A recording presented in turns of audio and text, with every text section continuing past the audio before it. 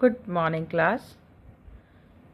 Last class में मैंने आपको 2-3 वीडियो शेयर की थी जिसमें मैंने आपको सीक्वल की कुछ हिस्ट्री के बारे में बताया था। सीक्वल की हिस्ट्री मैंने आपको इसलिए शेयर की थी क्योंकि आपको ये पता होना चाहिए कि मायस्क्यूएल का एग्जिस्टेंस कहाँ से था, मायस्क्यूएल की जो डिफर कमांड्स हैं वो क्या हैं, उसके कैटेगराइजेशन क्या हैं। तो उम्मीद करती हूँ कल वाली जो वीडियोस थी वो आपने देख ली होंगी। उसके बाद मैंने आपको एक प्लेटफॉर्म वाली वीडियो शेयर की थी। ठीक है, वीडियो शेयर करने के बाद में हम लोग बेसिक कमांड्स के बारे में जान चुके हैं कि बेसिक कमांड्स क्या होती हैं, कैसे चलती हैं, क्या कैसे रन होती हैं। जितनी भी क्वेरीज मैंने आपको शेयर की उन सभी के डिस्क्रिप्शन को मैंने आपको एक्सप्लेन किया है, उसके यूज़ को बताया है। तो उम्मीद करती हूँ आपको वो सभी क्वेरीज अच्छे से समझ में आ गई होंगी। वापस से एक बार रिकॉल करके चलते हैं। फर्स्ट ऑफ ऑल हमें पता है कि हम लोगों ने जो भी अपने पास प्लेटफॉर्म मायस्क्यूएल का ओपन कर रखा है, उस प्लेटफॉर्म को जब हम ओपन करते हैं तो वो हमसे पासवर्ड मांगता है, जो भी हम लोगों ने उसको डाउनलोड के टाइम पर दिया था। ओके, तो अब उसके बाद मैंने आपको कुछ बेसिक्स चीज़ें बताई थी जिसमें मैंने आपको बताया था कि आप जब भी बिल्ट इन डेटाबेसेस को देखते हैं तो उसके लिए शो डेटाबेसेस करना होता है। उसमें से अगर कोई डेटाबेस को आप यूज़ करते हैं तो यूज़ और डेटाबेस का नाम लिखना होता है। अगर आप उनमें से बिल्ट इन डेटाबेस को यूज़ ना करते हुए अपने नाम का कोई सेपरेट अलग से डेटाबेस बनाना चाहते हैं तो क्रिएट डेटाबेस देन डेटाबेस का नाम लिखना होता है। रिमाइंड रखें, हमेशा ध्यान रखें कि मैंने आपको हमेशा बोला है कि क्वेरी को ख़त्म करते टाइम लास्ट में आप सेमीकोलन का यूज़ करेंगे, जो कि उसका एक टर्मिनेट पॉइंट होता है। ओके, इसके बाद मैंने आपको बताया था कि टेबल को हम क्रिएट कैसे करते हैं, सॉरी डेटाबेस को हम ड्रॉप कैसे करते हैं। सपोज़ कीजिए हमने अपने नाम का डेटाबेस बना लिया लेकिन उसे हम यूज़ नहीं करना चाहते तो हम उसे ड्रॉप कर सकते हैं। इट मीन्स वो डेटाबेस ही डिलीट हो जाएगा। ओके, इसके बाद मैंने आपको बताया था टेबल को कैसे क्रिएट करते हैं, टेबल के अंदर हम लोग वैल्यूज़ कैसे डालते हैं, नल वैल्यू का क्या मतलब होता है, और टेबल के डिस्क्रिप्शन को देखने के लिए हम DESC कमांड को यूज़ करते हैं। ये सभी चीज़ें मैंने आपको मेरी पुरानी वाली वीडियो में अच्छे से एक्सप्लेन कर दी है। उम्मीद करती हूँ आपको अच्छे से समझ में आ गया होगा। तो हम उसी वाली पुरानी टेबल को वापस से यूज़ में लेते हैं। तो हम देखते हैं कि हम लोगों का जो डेटाबेस था उसका नाम था नेहा। ठीक है, तो हम पहले करते हैं शो डेटाबेसेस, क्योंकि बहुत से बच्चों को डाउट होगा कि ये चीज़ वापस से सेव होती है या नहीं। देखिए हमारा डेटाबेस है यहाँ पर, तो हम इस डेटाबेस को यूज़ करेंगे। ध्यान रखें कि डेटाबेस को यूज़ करना सबसे पहली कमांड होगी अगर हम सिस्टम पर काम कर रहे हैं तो, क्योंकि जब तक डेटाबेस क्या है हमारा एक just like as a notebook है, जब तक हम नोटबुक नहीं निकालेंगे तब तक हम उसमें पुराना लिखा हुआ नहीं पढ़ सकते या नया कुछ उसमें नहीं लिख सकते। ठीक है, तो हम लोगों ने लिखा यूज़ नेहा। ठीक है, तो मैंने क्या किया, चेंज अपने डेटाबेस को यूज़ कर लिया। अब आप ये देखो, सपोज करो ये तो मान लो हमने अभी तक सिर्फ एक ही टेबल बनाई है। ऐसा भी हो सकता है कि हमारे डेटाबेस में बहुत सारी टेबल हों, है ना, बहुत सारी टेबल हमारा बहुत सारी टेबल्स को हम लोगों ने बहुत पहले बना दिया हो और उनको हम लोग वापस से रीयूज़ करना चाहते हैं। तो उसको देखने के लिए एक कमांड आती है शो टेबल्स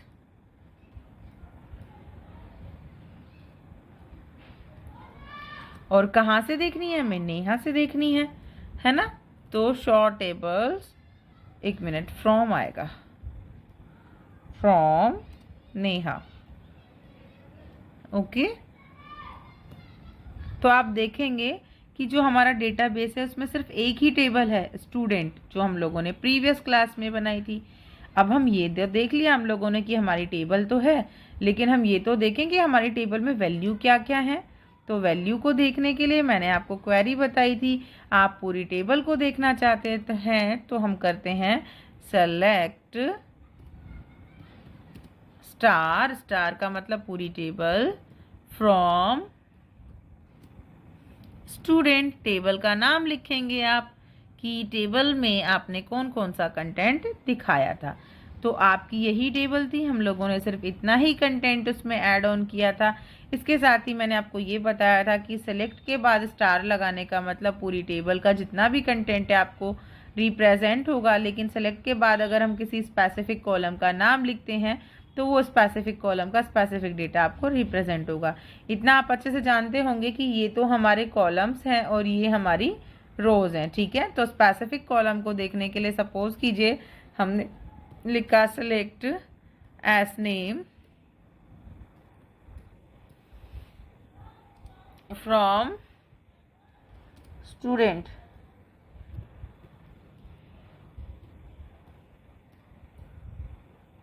ओके। तो देखिए सिर्फ सिंपल एस नेम वाला ही कॉलम आपको दिखाई देगा। तो ये सभी चीज़ें हम लोगों ने अपने पुराने वाले वीडियो में अच्छे से क्लियर कर ली थी। वापस से बताने का रीज़न ये है कि प्लीज़ आप इस चीज़ को रिवाइज़ करें, जहाँ तक आपको कोई प्रॉब्लम नहीं होगी अगर आप इसको रिवाइज़ करते रहेंगे तो, ठीक है। अब उसके बाद में हम पढ़ते हैं अपने साथ में एसक्यूएल में वेयर क्लॉज। वेयर का मतलब क्या होता है, जैसे हम सिंपल बोलते हैं ना, जहाँ पर अगर मान लो कोई नया बच्चा आता है, वो बोलता है कि मेरे लिए कि मैम मैं कहाँ बैठूं, तो हमने उसको एक कंडीशन दी कि जहाँ पर सिंगल गर्ल बैठी है आप वहाँ जाकर बैठ जाइए। दैट मीन्स उसके साथ में उसको एक कंडीशन दे दी है कि उसे कहाँ बैठना है, ठीक है। तो वेयर क्लॉज का मतलब है कि कंडीशनल स्टेटमेंट को रन कराना, ओके। तो कंडीशनल स्टेटमेंट का मतलब अगर सोचो हमें सब कुछ ना देखते हुए कोई एक स्पेसिफिक एक ही कॉलम देखना है या एक ही रो देखनी है जिसके साथ अपन स्पेसिफिक कंडीशन लगा सकें, तो देखिए कैसे लगाएंगे। हमने लिखा सेलेक्ट स्टार फ्रॉम स्टूडेंट, अब उसके साथ में कंडीशन लगा रही हूँ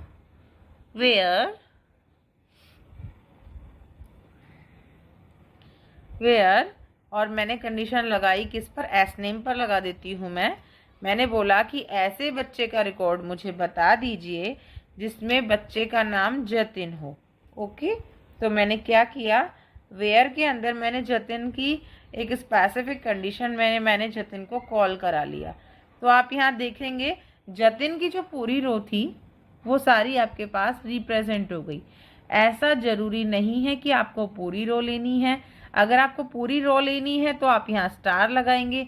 अगर इसके अंदर भी आपको एक पर्टिकुलर कॉलम देखना है तो आप ऐसे भी लिख सकते हैं, जैसे मान लो सिर्फ रोल नंबर देखना है आपको जतिन का, कि जतिन का रोल नंबर क्या है। तो हम लोगों ने क्या करना है, सारी क्वेरी सेम रहेगी हमारे पास।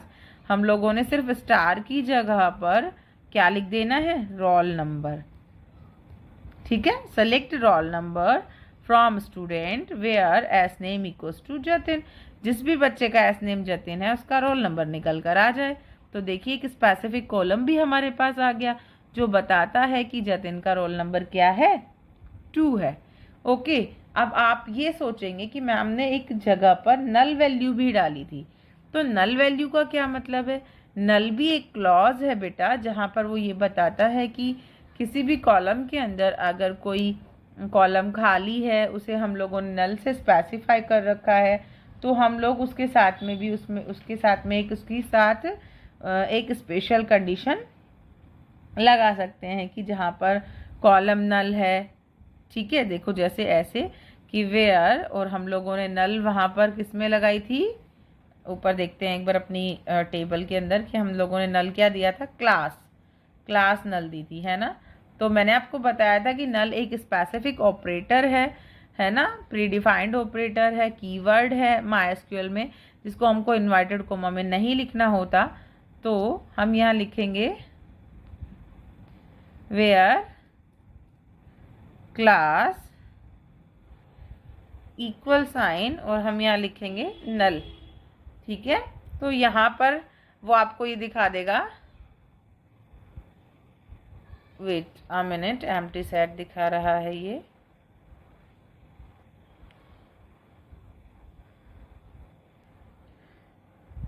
हाँ एम्प्टी सेट ये इसलिए दिखा रहा है क्योंकि नल जो है वो इज के साथ क्लॉज में काम आता है। दैट मीन्स हम क्लास के बाद में इक्वल नहीं लगाएंगे, वेयर क्लास इज नल, जिसकी क्लास नल है उसका डेटा निकल कर आ जाए। तो ये बताएगा कि जो रोल नंबर 3 है उसका क्लास नल है, मतलब उसके क्लास में कोई भी कंटेंट हमने नहीं डाला है। यहाँ रोल नंबर सिर्फ इसलिए दिखा रहा है क्योंकि सेलेक्ट के बाद जस्ट हमने रोल नंबर पुट किया है। अगर हम यहाँ स्टार पुट करके रखते हैं, हम यहाँ पर रोल नंबर की जगह पर स्टार लगाते हैं, तो वो कंटेंट कंप्लीट कंटेंट हमें रिप्रेजेंट करके बताता है। हमने यहाँ स्टार लगा दिया, तो जैसे ही हम इसको रन कराएंगे क्वेरी को, तो आप यहाँ देखेंगे कि आपकी पूरी क्वेरी आएगी। नेम गिन्नी है, रोल नंबर 3 है और क्लास उसकी नल है। ओके, तो यहाँ पर मैंने आपको नल वाला भी बता दिया। इसके साथ में मैंने आप लोगों को स्पेसिफिक वेयर क्लॉज लगाना भी बता दिया, मतलब कि हम कंडीशन कहाँ पर अप्लाई कर सकते हैं। ठीक है, इसके बाद आज के लिए इतना ही। इसके बाद वाला कंटेंट हम अपनी नेक्स्ट वीडियो में पढ़ेंगे, लेकिन इसके साथ साथ में सारी क्वेरीज को लिखते चलें, उसके एग्जाम्पल्स को लिखते चलें, उसके साथ में उसका डिस्क्रिप्शन लिखते चलें। अगर कोई भी चीज़ समझ नहीं आती है तो आप मुझसे पूछें, बट रेगुलर वीडियोस देखें, वीडियोस को पेंडिंग पे ना छोड़ें। ये सारी वीडियोस जो भी मैं आपको सीक्वेंस में शेयर करती हूँ, सभी इंटरलिंक्ड वीडियोस हैं।